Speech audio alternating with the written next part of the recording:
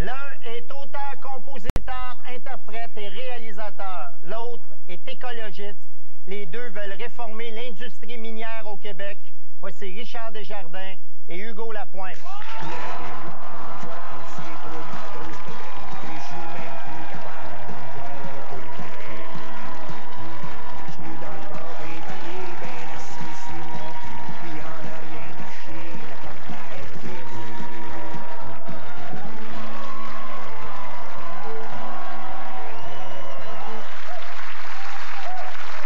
Bienvenue à Tout le monde en parle.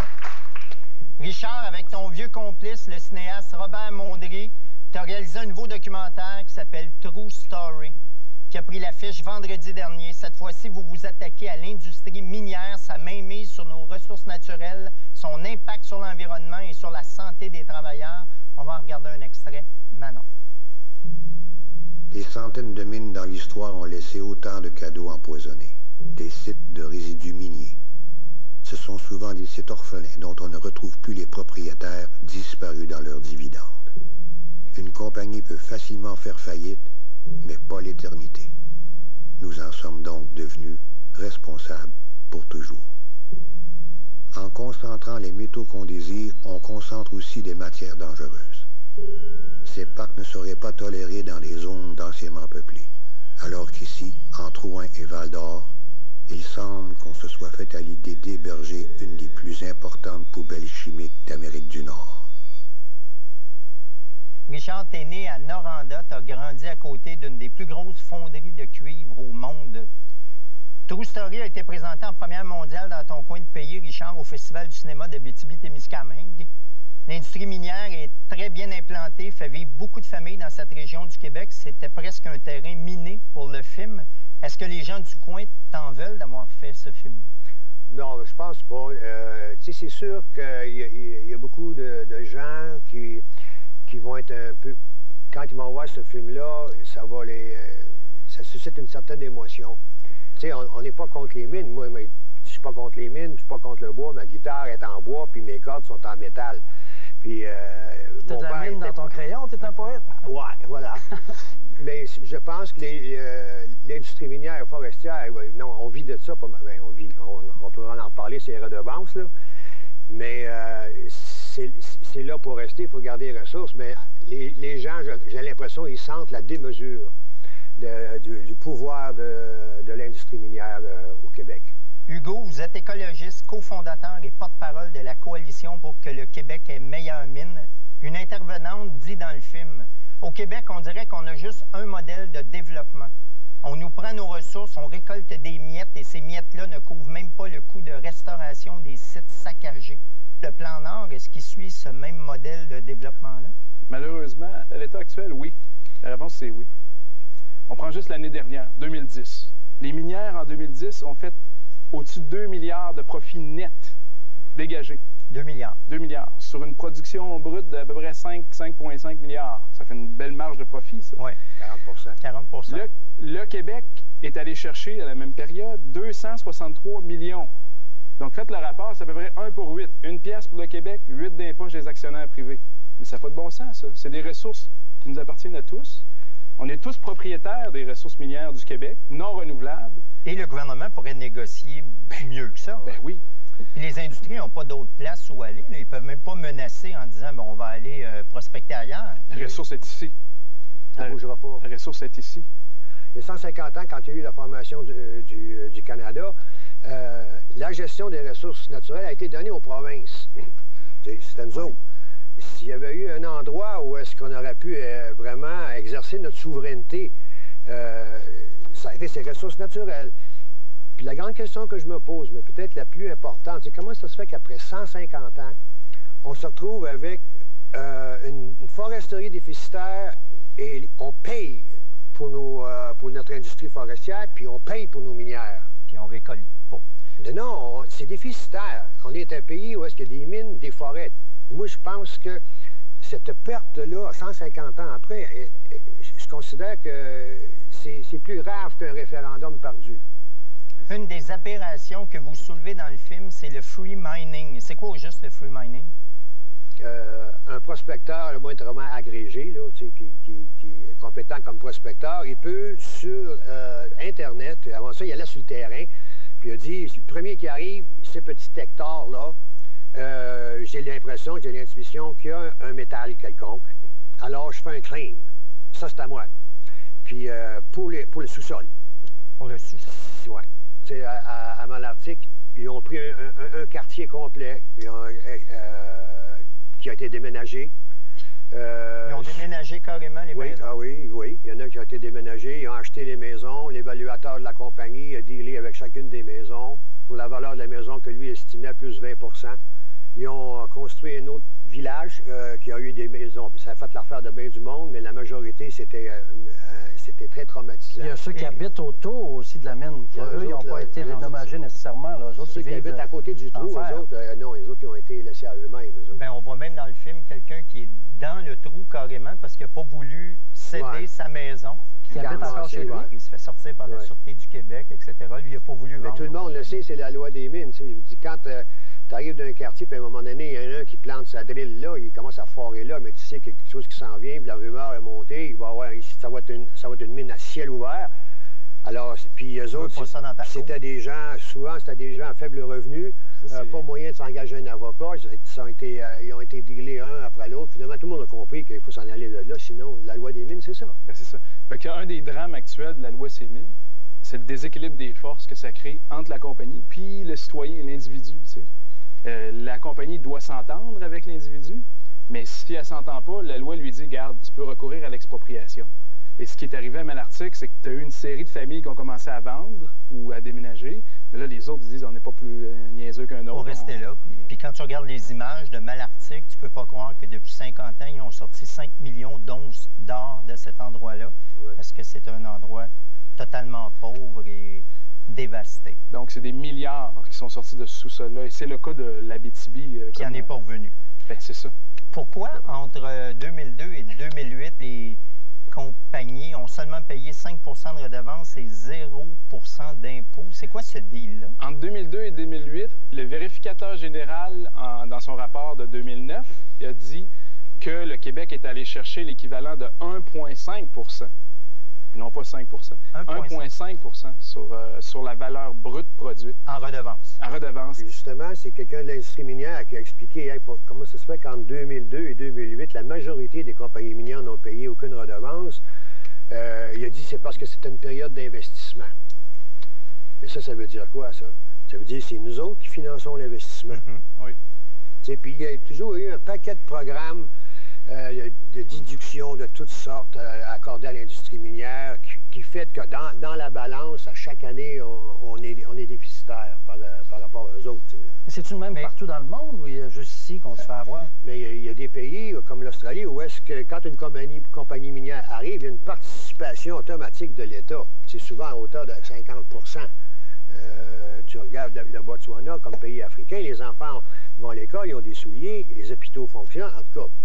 Ça existe, ça. En Australie aussi, ils tentent de le faire. Il faut s'enligner plus dans ce sens-là. Comment ça se fait que, on va donner un exemple, Fairmont ou Shefferville, il y a des gisements de fer. Bon, ces gisements de fer-là, ils ont été découverts, on sait ce qu'ils sont, puis il y en a pour 100 ans. Comment ça se fait qu'on a réussi à ce que les propriétaires fassent de l'argent comme ils en font, parce que le prix du fer a monté de 5 fois dans les dernières années. Comment ça se fait qu'on a réussi, c'est ça, une compagnie indienne des Indes qui en profite? Aux Chinois, c'est des boulettes de fer. Ça ne prend pas une grosse technologie, ça, à faire. Mais c'est une tendance mondiale.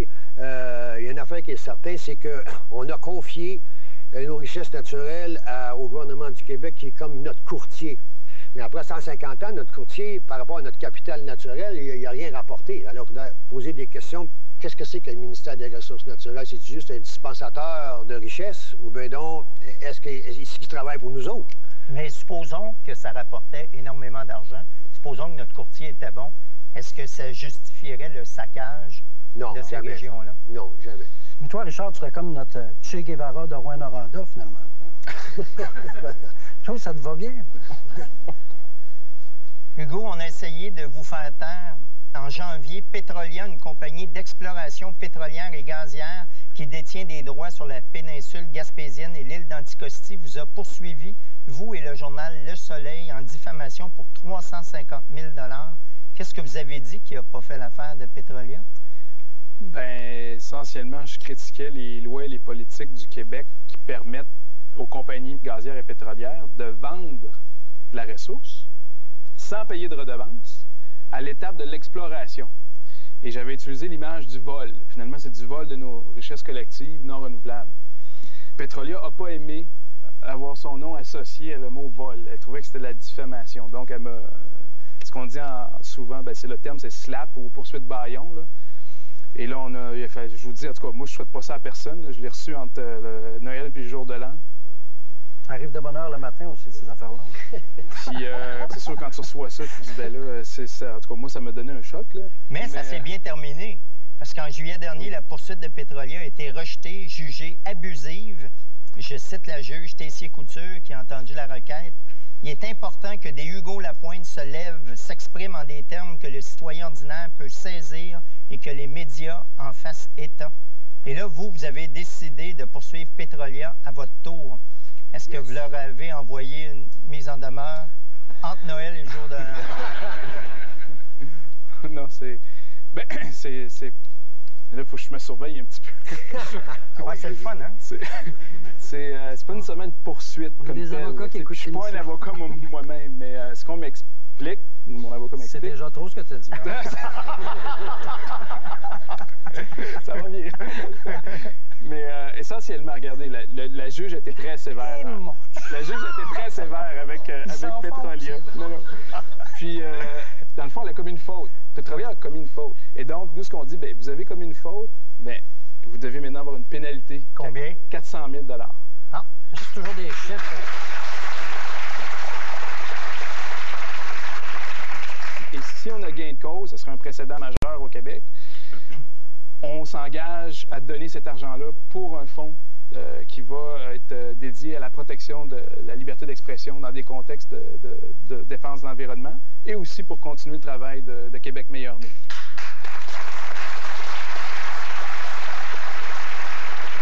Richard, quand tu fais pas des films, tu fais des disques. Le printemps dernier, tu as lancé ton 8e album, L'Existoire.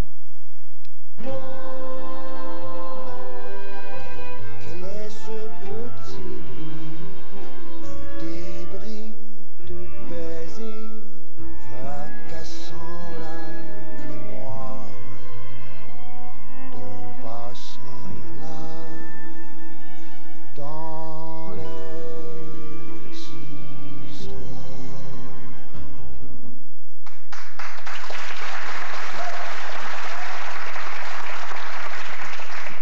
Ça faisait 7 ans que tu n'avais pas sorti d'album. Tu dis même avoir longtemps pensé que tu n'en ferais plus de 10. Pourquoi?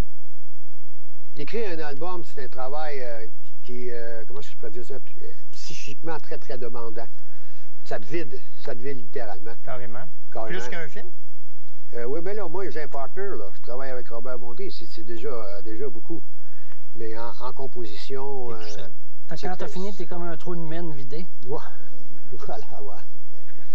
Puis, voilà. C'est ta mère, une musicienne accomplie, qui t'a initié au piano à l'âge de 7 ans. L'art, la musique, c'était pas quelque chose de très bien vu quand tu étais jeune en Abitibi. Tes amis t'ont même déjà sacré à voler quand ils ont trouvé tes partitions de piano. Est-ce que c'est encore tes amis? Ah, ils payent 35$ pour venir me voir à cette heure. Non, mais c'est pas... c'est jouer du piano pour un gars. Ah, qui était très mal vu. Tu sais, il y avait un autre affaire pire que ça, c'était danser de ballet. Tu sais, tu passais pourquoi à ce moment-là? Je savais, je voulais te faire dire ça. Je dis, bien, non, c'était très mal vu à l'époque.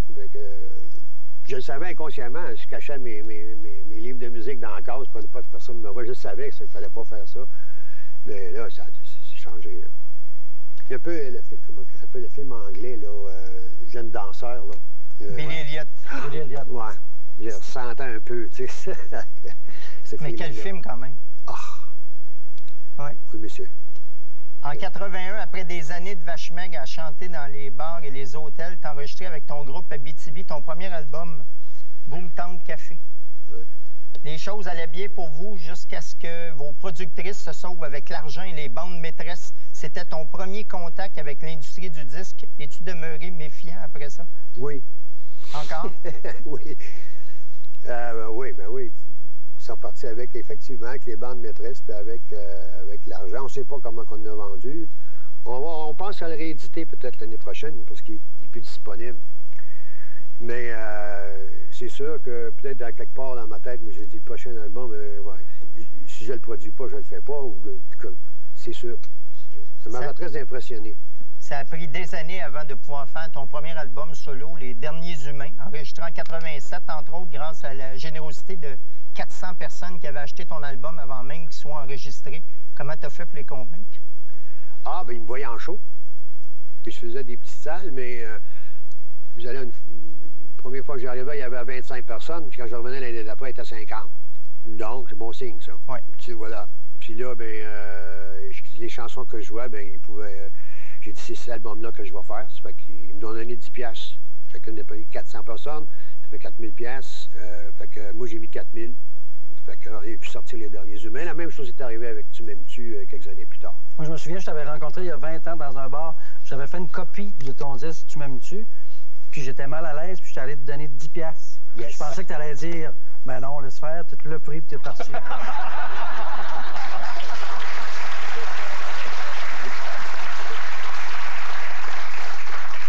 Tu m'aimes-tu, c'est une des nombreuses magnifiques chansons d'amour que tu as écrites.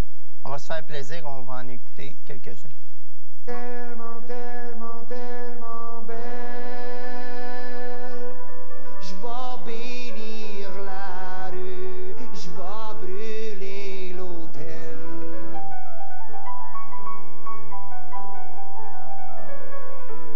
Coudon, tu m'aimes-tu? Tu m'aimes-tu? Lucky, dans la rivière, comme un bateau qui arrive au Brésil.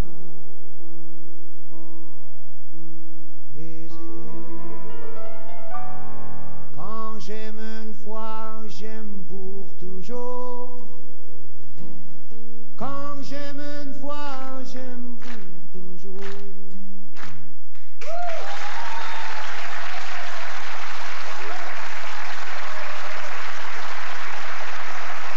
La chanson « Quand j'aime une fois, j'aime pour toujours » a été reprise par Cabrel. Oui. Et lui, il dit « un ours Oui. ». Mais toi, tu dis « un ours Ben oui, nous ». autres, Ça on- rime même plus, là, son affaire. Oui, c'est vrai. Non, mais il dit toujours. Toujours.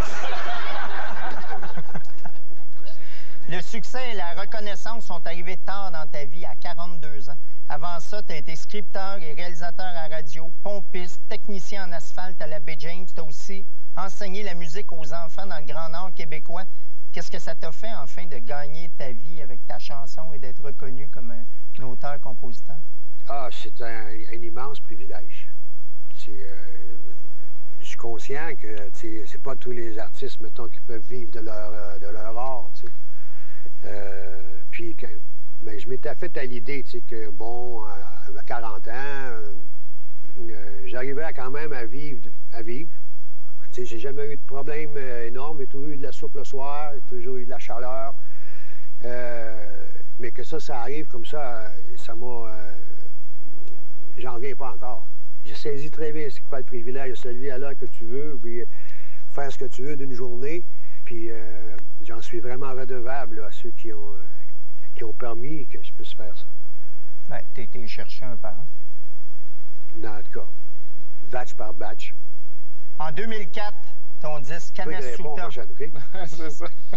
t'a valu le Grand Prix du disque de l'Académie Charles-Cros en France. La première fois que tu es allé chanter là-bas, il y avait un écran géant sur scène. On affichait une traduction de tes textes en français de France. Est-ce que les Français te préfèrent maintenant en version originale? Oui, je pense que oui. Oui, je pense que oui. Mais ça a toujours été un peu un petit problème pour moi aussi. Les autres, pour beaucoup de Français, ils sont très réfractaires à quelque chose qui n'est pas exactement français. Comme je chante là-bas, à peu près comme je chante ici, mais ça me coupe de beaucoup de monde. Mais il y en a toujours assez pour avoir du fun. fun, là. Tu veux qu'Hugo réponde à la prochaine? Ah oui, donc? Pas sûr qu'il va aimer ça. OK. Kenneth Souta t'a aussi valu 5 Félix à la disque. Hein? Ah ouais, très Et un lancer de trophée. Manon. On en parle, là. C'est le temps, là. Bon, Richard Desjardins est toujours en Gaspésie. C'est juste que j'ai appris en coulisses qu'il n'était pas en spectacle ce soir. Il aurait pu venir, mais il n'avait pas le goût. On lui a demandé s'il voulait faire un duplex, mais ça non plus, il n'avait pas le goût. Ben, coudonc. Mais Richard, je vais prendre soin de ce trophée de la même façon que tu en prendrais soin. Bon.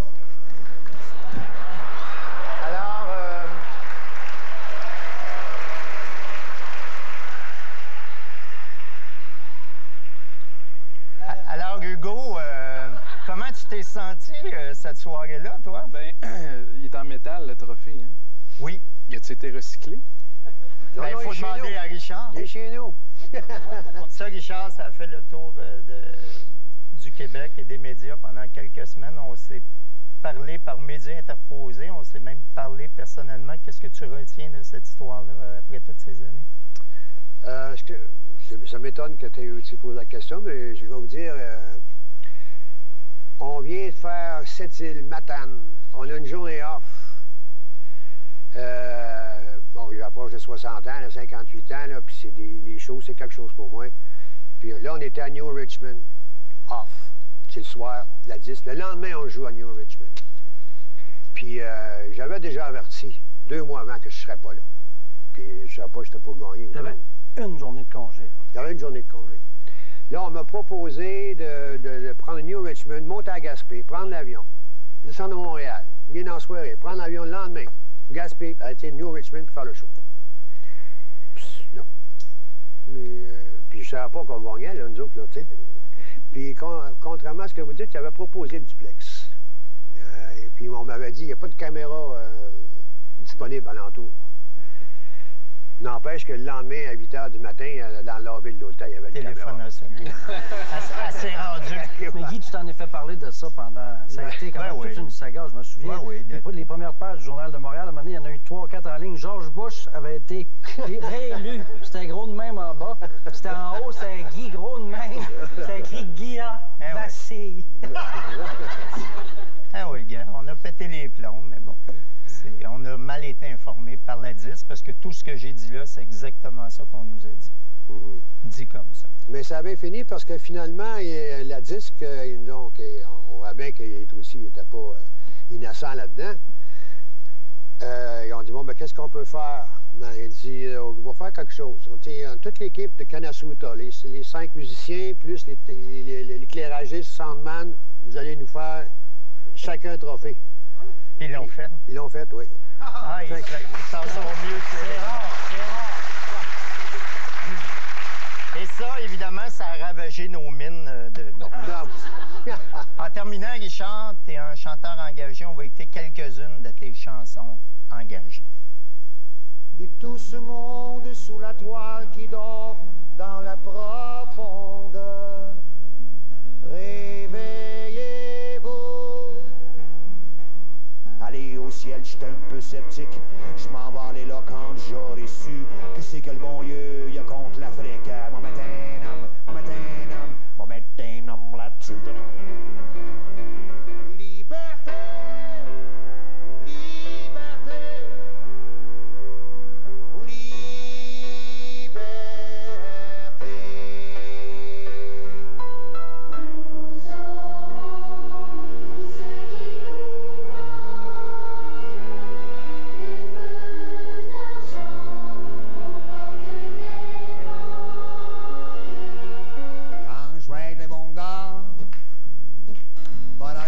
pas d'abord. M'en reste tranquille, m'en payer mes billes, m'en va prendre l'anglais, m'en la prendre pour l'ouvrage. Quand ouais est bon gars. J'ai une petite carte pour M. Desjardins. Voici la toute première carte à lancer. Que tout le monde en parle. Allez, Richard, fais-toi plaisir.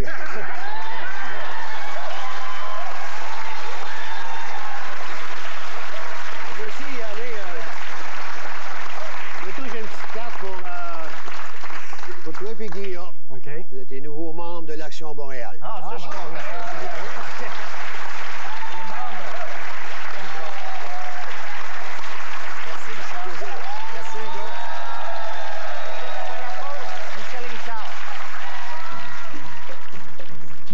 suis allée pour le féliciter.